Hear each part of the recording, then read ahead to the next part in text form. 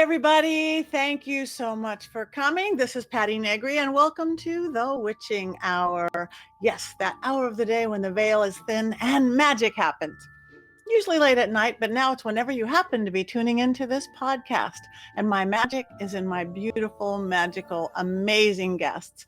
And I have a really great one for you today. I'm just meeting him myself for the first time, and I think you're going to love him like I am. So let me introduce you to Mat Auryn. He is a witch, professional psychic, and occult teacher. He is the best-selling author of Psychic Witch and High Priest in the Sacred Fires tradition of witchcraft.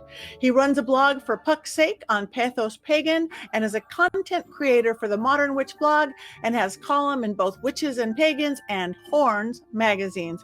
Welcome, Mat. Thank you so much for coming on. Hi, Patti. It's so great to be here. I am just thrilled with you. I just literally received your book like 2 hours ago, the new one. It's beautiful, Mastering Magick.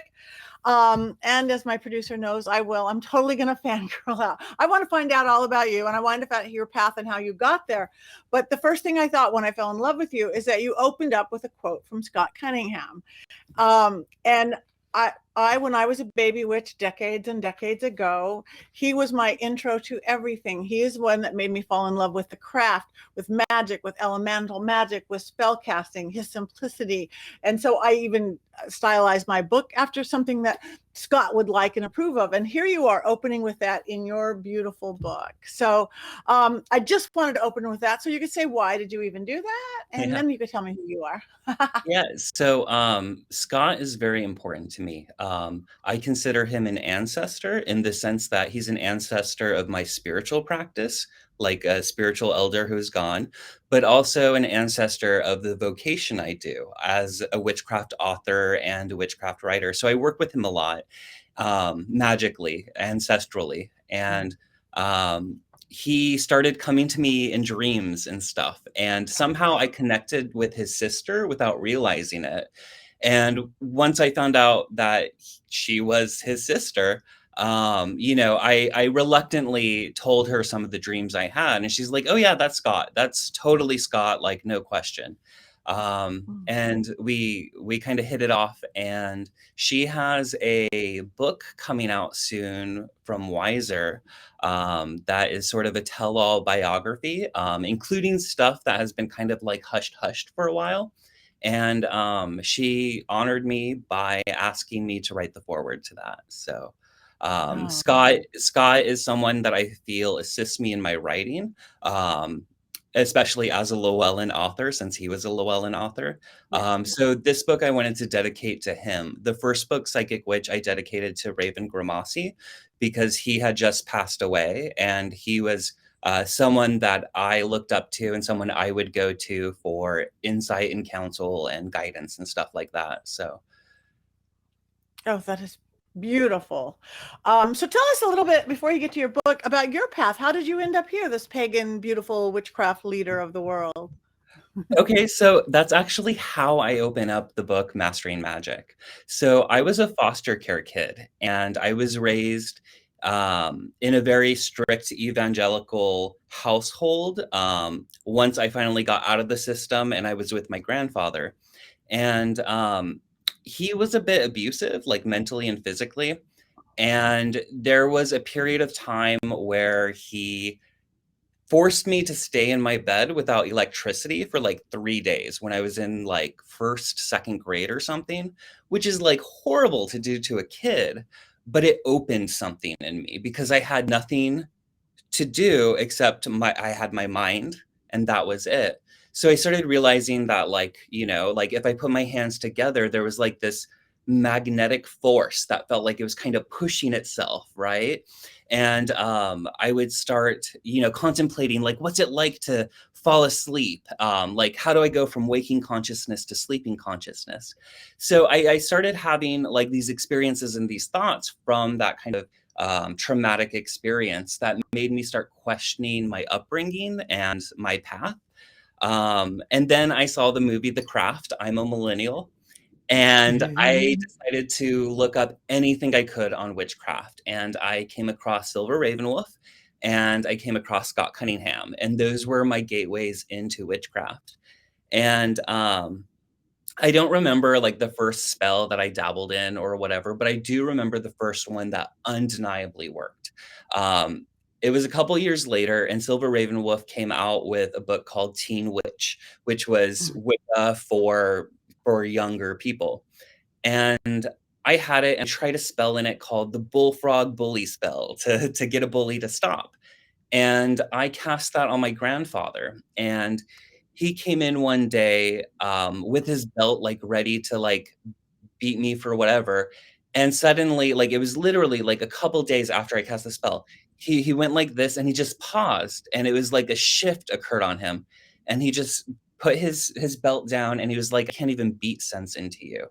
So he walked out of the room, and so I prayed to the goddess. That was my understanding at the time, just the goddess. And I prayed to get out of this situation because the thing that my grandfather would do was he would threaten me with, "Oh, I'll call your social worker and get you back in the system." And that scared me more than anything that he could do. But he ended up calling my social worker, and it happened synchronistically that my uncle had already contacted Child Protective Services and said that my dad's getting his life together. And if anything were to happen with my grandfather, like if he were to pass or something, that he'd be more than willing to take me in until my dad could get custody. So everything just lined up weirdly to where I was able to escape that situation. And the book goes more in depth into it, but this created a passion in me. You know, this realization that I could use magic at the most powerless point in my life to change my whole circumstance and my whole life and find empowerment. So this put me on a long spiritual quest. And, you know, I put witchcraft away for a couple of years, like in high school. Um, but then I came back to it through books. And then I moved to Massachusetts and I started studying with Christopher Penczak and the Temple of Mhm. Witchcraft. And then Yes. I studied with Lori Cabot and the Cabot tradition, and I was a psychic reader in her shop, like literally right next to Lori, which was great because I could also during breaks kind of go talk to her and learn kind of inside, you know, psychic tips. And it was an amazing experience. And I just started doing workshops and writing a blog. And then eventually Llewellyn was like, "Hey, like, when are you going to submit a book to us?" And I Mhm. did. And it was wildly popular beyond my expectations. So, and that was Yes, yes. Yes, speaking from knowledge, I know that you're like their top author, so I do know that because we were told that. It's beautiful. So I was what your book is doing right now. And again, it is a beautiful book. So that's a beautiful path to get there. And ending up in Massachusetts with Christopher and Laura, that's what better. Right, Um, right. you ended up back in California, right? You're in the Bay Area now, so Yeah. that's good. I'm in the Bay Area now. And I am devoted to teaching within my tradition, Sacred Fires, which is a little bit more closed to the public. We have an outer court system called Black Rose Witchcraft that anyone can learn and join and learn the ins and outs of witchcraft. But Sacred Fires is a little bit more selective because we work like a mentorship thing, like one Mhm. on one throughout like a couple years. So, um, Like an initiation program of some sort. Yeah. yes, yes, but it's like an intense mentorship. So hopefully, you know, once we can get more initiates and people up to the level to be the mentors, we can try to expand that a bit. Okay, so tell us a little bit about this beautiful new book. It looks great to me. Mastering Magic, a course in spellcrafting for the psychic witch. So, Yes. what's this about? So this is the exact opposite of my first book. So my first book, which I have right here, Psychic Witch, this book was all about awakening those inner faculties to empower your magic. So the book requires no tools. It's all about learning how to awaken all your senses. So clairvoyance, clairaudience, clairtangency, all of that. Strengthen it, develop it, and then reverse engineer that to be able to do magic on the spot with nothing but your mind. So Mastering Magick is the flip side of that. So it's all about Mm. casting magic to awaken your senses and become more psychic. So it kind of creates like a feedback loop where you're sort of just strengthening and strengthening your power, for lack of a better word. This book, I had a lot of amazing contributors to it because I wanted to see what different magical practitioners and different witches and occultists did for, spell casting to awaken those psychic faculties. Um, because I felt with Psychic Witch, one of the things that has been kind of overlooked is that psychic development. When we look at like really like our foremothers, right? Like we look at Doreen Valiente and we look at Mhm. Dion Fortune. They put such a strong emphasis on the mind and the power of the mind, and strengthening those faculties. So I wanted to kind of bring that back in. Mastering Magick goes into the energetics of magical theory. So things such as shapes. So, we're used to casting a magical circle, but why and when would you cast a triangle or a square or the crossroads? It goes into things like, it goes deeper into planetary energies. So normally, we associate planets like Venus is for love and Jupiter is for like money. But I go into like the archetypal energy of those things and how you can apply it to anything magically or psychically. So, like Venus draws, you can use Venetian power and tap into that to draw anything, including money. Um, it's just sort of like these books are the things that I felt were gaps that I saw missing in a lot of the discourse that I see in Right. witchcraft and teaching witchcraft. And one of the big feedbacks with Psychic Witch was because it is so visualization heavy. I had a lot of people, say I have ADHD, I can't focus, or I have aphantasia, which is the inability or the difficulty to visualize on command. So for me as a teacher, that presents a problem, right? It's a problem Mhm. not with them, but a problem with how I'm teaching. And so I wanted to solve that. So I I went through a bunch of really dry, boring medical books and papers, and then I assembled a team of people that were neurodivergent, that were practicing witches. So people with ADHD, people with aphantasia, people with other neurodivergencies, and I came up with like a whole set of exercises, and I presented it to them. And not all of it made it into the book. What has made it into the book were the things that worked almost across the board. So, it's my way of sort of being like, okay, so if these things are difficult or impossible, because some people it is impossible. Yeah. Here is another way in, because I don't feel that anyone should be barred from the craft because of a disability, a neurodivergency, or just, being different.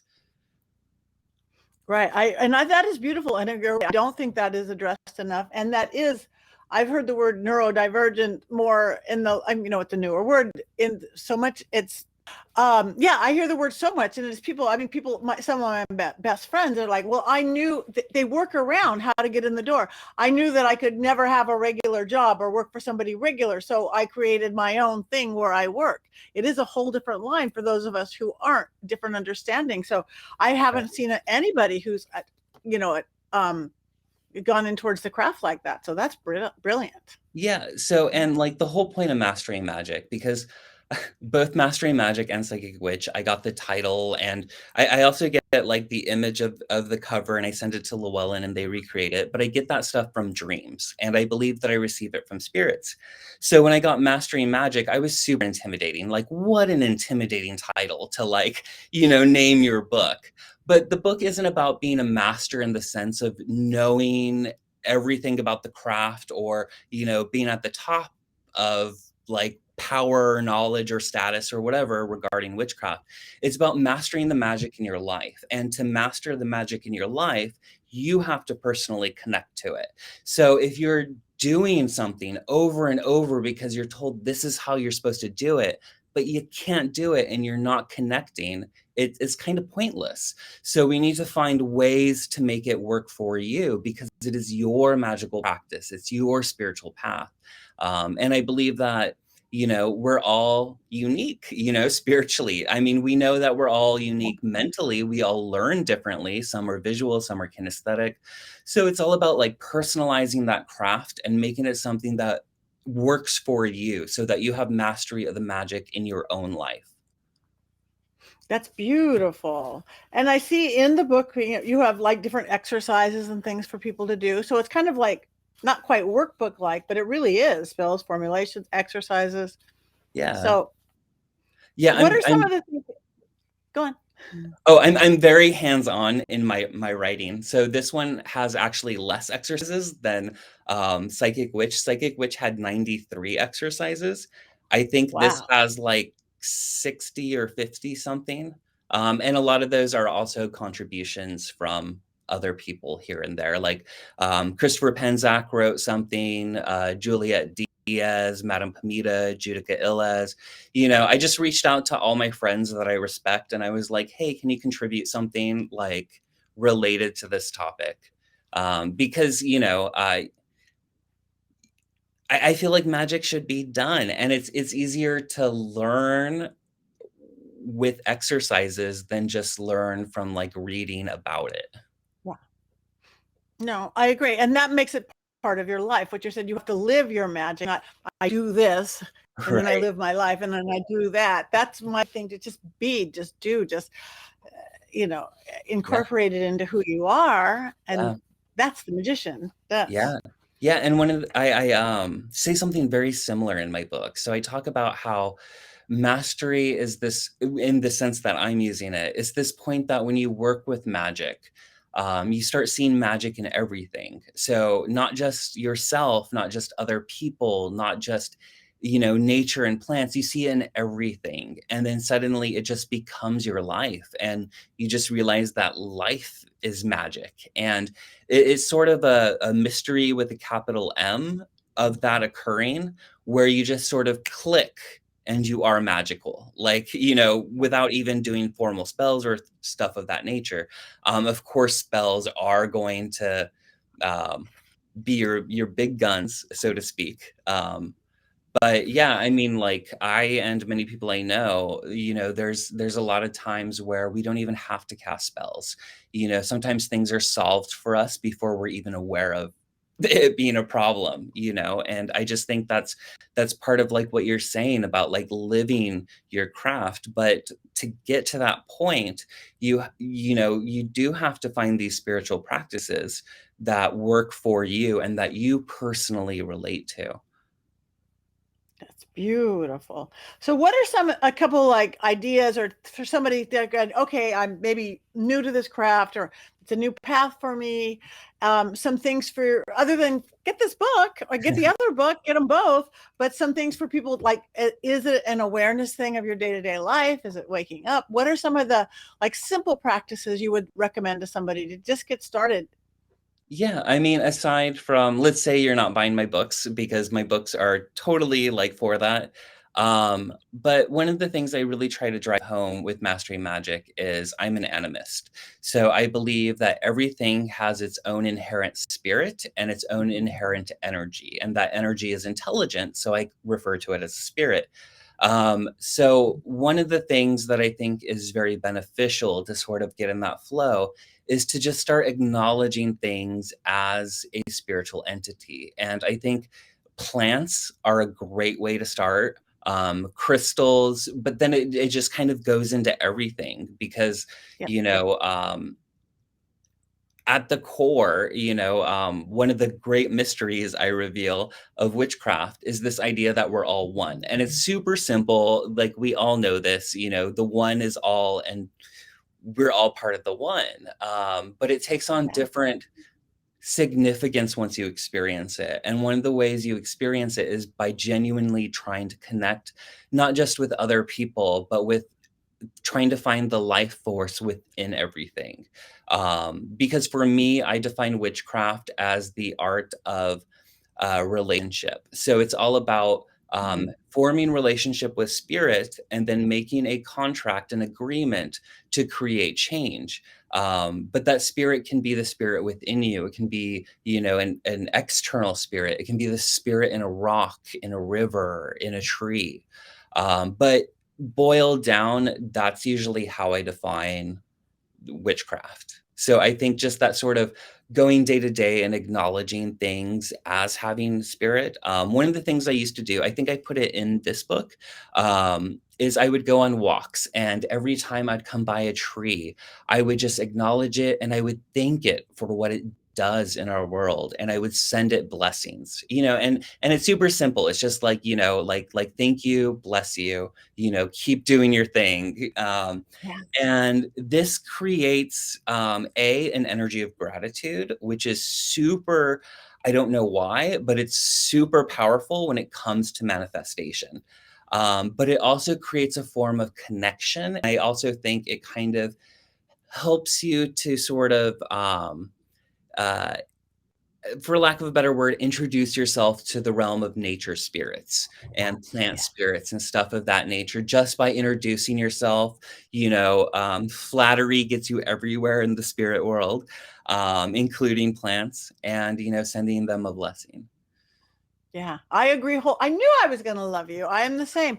And my thoughts on this, and I bring this up, is that I'm thrilled that there's a new awareness of magic besides the fact that it's empowering belief system versus a disempowering belief Right. system, but getting in touch with nature and nature spirits, I think is so needed right now for Yes. our planet. It's like Definitely. having your eyes on the skies is great, but we got to bring it down. We got to love and Yes. bless and respect those trees to save them. Yes, You and know? at the beginning of Mastering Magic, I think it's in my introduction or chapter 1. I think it's my introduction. I talk about essentially, like, why I'm doing this work, aside from wanting to empower people and have them change their lives, but it's more than just having them change their own lives. There's so much wrong with the world, and, we've been seeing it increasing in the last couple years, like last 4, 5, 8 years.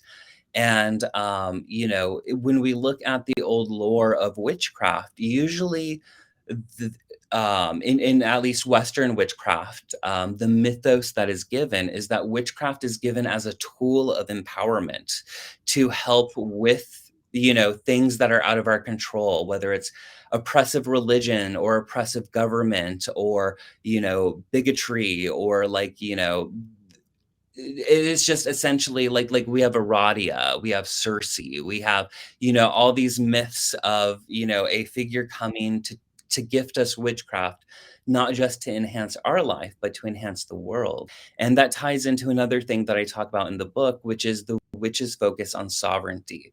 And sovereignty in witchcraft is all about recognizing it's not about just becoming powerful and becoming empowered. Sovereignty is then recognizing how your power is used and the effect it has on everyone in your life and that ripple effect. So it's what differentiates you from being a sovereign versus being a tyrant. Uh, Mhm. because a good sovereign, a good king, a good queen is not just concerned about themselves. They're concerned about their power use is about changing their area of influence for the better. And I believe at my core that that's what magic can do. And I think just doing inner work and becoming empowered and doing that shadow work, really becoming a better person and being better towards other people, as unmagical as it sounds, that's one of the most magical things we can do. Because I think, like, genuinely, sincerely empathetic humans seems to be as rare as, witches were back in the day, and the world needs a lot more of them. And if we have these type of people who can have a focus and cast magic on things to help the environment, to shift politics, to uh, balance the playing field for marginalized and oppressed people, whether that's women's rights or, gay rights or, whatever. I'm all for that. And I want people empowered, and I want people to sort of take the steering wheel back and get our planet back on course. So sorry, I Me just got too. on my soapbox. No, good. My soapbox. It's my. I started you. I put you there because I agree wholeheartedly.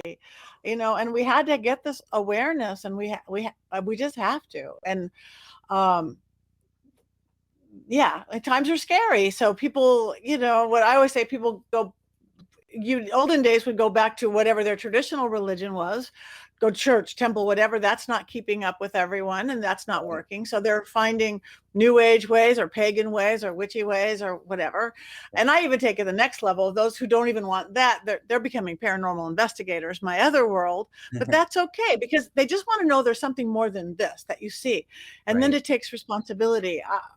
I just think that there's two great powers in the world. It's not good and evil. It's not right and wrong. It's not love and hate. It's love and fear. And Yeah. everything, we've been pushed by fear for so long, and love is always empowering. So what you're talking about is coming from that compassion place and love, which empowers everybody. Absolutely. And I think My soapbox. just as devastating as fear is apathy as well. And that's something Yeah. we need to wake people up from. Yeah. Yeah. Which, See, well, we're how on do the you feel same about the page. pandemic? We're this exact same page. You write with this color ink, I write with that color, it's all the same. So what do you think about this whole pandemic, what we're hopefully coming out of? Do you think that led to some of this? Um, it's hard to say. I mean, I think it's definitely a factor. I think there were a lot of things leading up to the pandemic, and I felt like the pandemic was sort of like the tipping point for a lot of things. And like you were saying, historically, when nothing else worked, people would go to the witches. They would go to the Mhm. sorcerers when they were desperate. I'm taking a great course by Jack Grail on the Greek magical papyri, and it's all about like the sorcery of that time. And one of the things I didn't realize was how outlawed magic was, because I had this kind of idea that like, oh, the Greeks were all magical, and that wasn't the case. Like they would crucify you, they would burn you alive if they caught you doing it. So for someone to go to a sorcerer, they had to be desperate.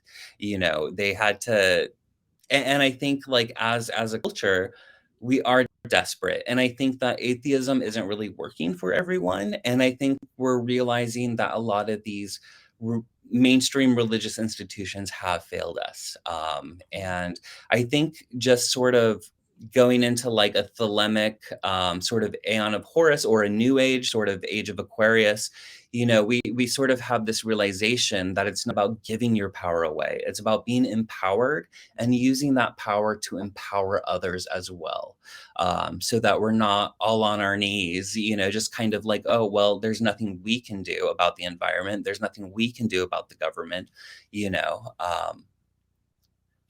No, we're the only ones who can. And oh my God, same. I just spent the weekend with Jack Grail Oh, a few weeks ago at a thing oh, in Massachusetts with. he was telling me that. Yeah, him and Jeff were both telling me about that. Yeah, he and Jeff and myself, and I'm like schoolgirl with candy. This is so great. With Those are my so boys. I love them. yeah. Oh, love them, love them. And now you get to be that. Yay! So anyway, let people know. Time flies. Oh my goodness, I'm gonna have to have you back, especially once I read the book. Yeah. So I could ask you more about it. But tell people where they can find you, what you have coming up, anything like that. Okay, yeah. You can find me at matauryn.com, spelled like it is on the screen with one T. I'm on social media, pretty much every social media I'm at, and then Mat Auryn. I, Twitter, TikTok, Instagram, Facebook. I'm pretty much everywhere that has a social media. We do have an event that we curate every year, an online event called the Official Witches Sabbath, which is coming up. This year's speakers are Sarita Dieste, Christopher Penzac, Jason Mankey, and Emma. Oh, her name's slipping me. Oh, is a new author, but it's going to be great. So how do people find out about that? Yeah, so you can go to modernwitch.com and learn more about that, or just even Google the Official Witches Sabbath and it should come up. Okay. That is beautiful. So check out his website, like him, follow him on social media. And where do they get your books? Pretty much anywhere books are sold. You can get it at Amazon, Barnes and Nobles, most occult bookshops, metaphysical bookshops carry it. Anyone who carries Llewellyn, which is pretty much everyone, you can either pick up the book there or ask them to order it. Okay. And do that. Go to your stores if you can. I just always say that. Amazon's great. We live on Amazon, but go to your stores if you can. Yeah. Yeah. Support your brick and mortars. Yeah. Put your brick and mortar. So anyway, thank you so much for bringing your magic. I've fallen in love with you, your magic, your belief system. I can't wait to really sit down with this great book. So any last words for anybody that you want to do before we go? I don't know. I mean, thank you for having me on. I can't believe the time flew already. Yeah. Okay, thumbs up. All right, you guys, check him out. Mat Auryn, matauryn.com, all the social medias.